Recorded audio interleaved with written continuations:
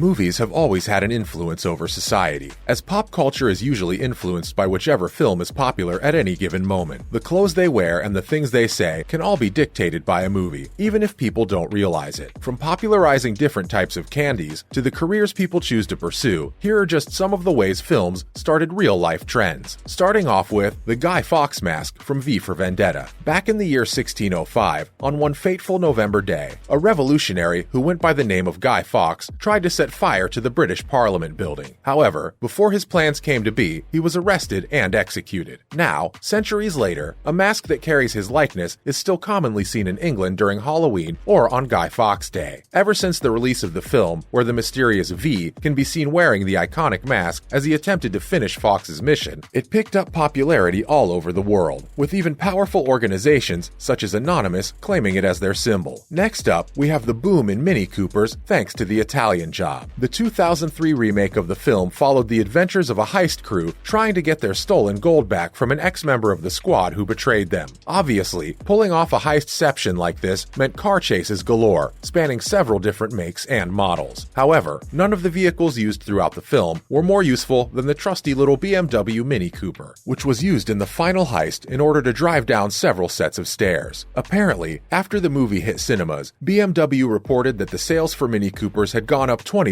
from the previous year, and that the $20,000 car had become a dream vehicle for many, fans or not. Following up is the popularity of the 44 Magnum because of Dirty Harry. One of Clint Eastwood's coolest characters, Harry Callahan, gave an iconic monologue where he encouraged a crook to try to go up against his 44 Magnum, calling it the most powerful weapon in the world. However, since his threats ended up ultimately making the criminal surrender, it wasn't revealed whether Callahan was bluffing or not. But then at the end of the movie, when the main antagonist goes up against the weapon, audiences were very impressed with what they saw. Though the handgun had been a popular pick ever since back in 1955, its popularity increased exponentially with the release of the Eastwood flick. Moving on, there are Wayfarer sunglasses from Risky Business. While plenty of iconic moments from the film still continue to be referenced nowadays, such as the time Cruise lip syncs to old-time rock and roll, the dance moves weren't the only way the film had left its mark. Ray-Ban's Wayfarer sunglasses are featured on both the film's cover and several times within the film itself. The shades are characterized by their thick, dark frames, and despite being pretty easily recognizable today, they'd been falling out of popularity back in the 1980s, even making Ray-Ban consider discontinuing the style. However, looks like Risky Business stepped in to change this, and the massive uptick in sales ensured that the Wayfarers would continue to be displayed on shelves for several more decades. Near the halfway point of the list, we have the popularity of Dalmatian puppies thanks to 101 Dalmatians. Back in 1996, after the release of the live-action version of Disney's beloved 101 Dalmatians, the Humane Society reported a sudden spike in the number of abandonments of Dalmatians. Unfortunately, turns out that while the film had managed to convince audiences to adopt a Dalmatian puppy, they had quickly realized that those puppies were a lot harder to care for in real life than they were shown to be on the screen. This just goes to show that although animals can be pretty cute, you shouldn't be adopting them simply because of a trend. Up next is the surge in off-the-shoulder sweatshirts due to the release of Flashdance. The film's titular flashy style of dance and memorable sequences certainly held true to its name and went on to solidify the film as a cult classic. It inspired an entire generation of viewers to get off their couches and try arching their backs over a chair, plus of course, continuing the popularity of leg warmers for the better part of the following decade. However, it was Jennifer Beals' choice of clothing, an off-the-shoulder sweatshirt, that had left an unexpected impact. According to Beals, she'd ended up inventing the iconic style after accidentally shrinking one of her favorite sweaters in the dryer. Instead of throwing it away, she decided to cut a larger opening for her head. Now, after almost 4 decades, these types of sweaters are being purposefully manufactured by big-name brands, and trust us, nobody is complaining. The spike in popularity of shawarmas, thanks to the Avengers end credits scene, comes next on our list. During the film's climax, Tony Stark suggests the group stopped by a fast food joint nearby to get some shawarma, stating that despite never having had it before, it sounded like a delightful treat, and he wasn't wrong. During one of the best MCU post-credit scenes in the same movie, the exhausted group of heroes can be seen sitting together in a half-destroyed restaurant enjoying their after-battle meal. Looks like audiences must have really liked the sound of the Levantine dish, since one Lebanese restaurant owner claimed that there had been an almost 80% increase in shawarma sales after the release of the film. Turns out that Iron Man was right to be curious about the dish. The rise in Etch-a-Sketch's popularity is also tied to the Toy Story franchise. While the film introduced some brand new items into popularity, such as Disney's most popular Woody and Buzz Lightyear toys, which are still popular decades later, the sequel ended up actually saving a toy company from going out of business. Although the Etch-a-Sketch had been popular after its original release back in 1959, by the 90s, the Ohio Art Company, the toy's manufacturer, reported seeing critically low sales. However, after the premiere of Toy Story 2, everything changed, as the film featured one of these endangered toys as one of Woody's friends. It began selling like hotcakes, and the manufacturer lived to see another day before eventually selling the doodling gadget to Spin Master back in 2016. The penultimate entry on our list is the rise in popularity of Reese's Pieces thanks to E.T. The lovable alien E.T. first gets lured to Elliot and Gertie when they use the bite-sized candies. From then on, the chocolate treats would be regularly shown throughout the film, causing many of the viewers to develop a craving for the candy. Turns out that this hankering made the sales of Reese's Pieces rise almost 65% in the months following the film's original release. Looks like Mars Inc. lost out on quite a major deal, as the producers had originally wanted to use M&Ms in the film, to which the company responded by refusing to allow their products to be shown in the movie. Before we get to the final entry, here are some honorable mentions. First up, speeding tickets spiked after the release of Fast and Furious. The Fast and Furious movies might be many things, but pushing a safe driving agenda is definitely not one of those things. Many studies and surveys suggest that the films encourage speeding, and the results prove that they might actually have. The weekends following the releases of the first 3 Fast and Furious movies, there was a reported spike in speeding tickets of almost 20%. While there's little conclusive evidence to prove that violent media, such as the Fast films, may lead to an increase in similar behavior, when it comes to risky driving, they definitely appear to have some kind of effect. Secondly, the sales of Vespa scooters rose after Roman holiday. The 1953 film tells the story of a European princess and an American newspaper reporter who end up running into one another in Rome and falling in love. During the two's titular holiday, they can occasionally be seen speeding around the Eternal City on the back of a Vespa. Though these scooters were already popular in Italy, its presence in the film took their popularity worldwide, and even with no precise numbers available, the film reportedly netted them about 100,000 sales. And finally, there's the surge in Navy applications after the release of the original Top Gun. While to most people, dedicating years of your life to servicing the military doesn't seem like a trend, however, the excitement that the first Top Gun film generated made audiences want to get in on the action. After its initial release, one U.S. Navy recruiter reported that almost 90% of the applications she's received had been from people who had seen the movie. While Cruise might not have been their inspiration for signing up, it can be considered a mere coincidence. Looks like even though the military isn't allowed to approve films in order to encourage people to send in their applications, when it came to Top Gun, they didn't even need to. While many probably didn't know anything about the Navy's aviation programs, a single look at Cruise barrel rolling through the sky would have been enough to make anyone want to give it a try themselves. That's a wrap for this video. What are some trends you've picked up from watching movies? Let us know in the comments below. Make sure to give this video a thumbs up and subscribe to our channel for more videos like this. See you in the next one.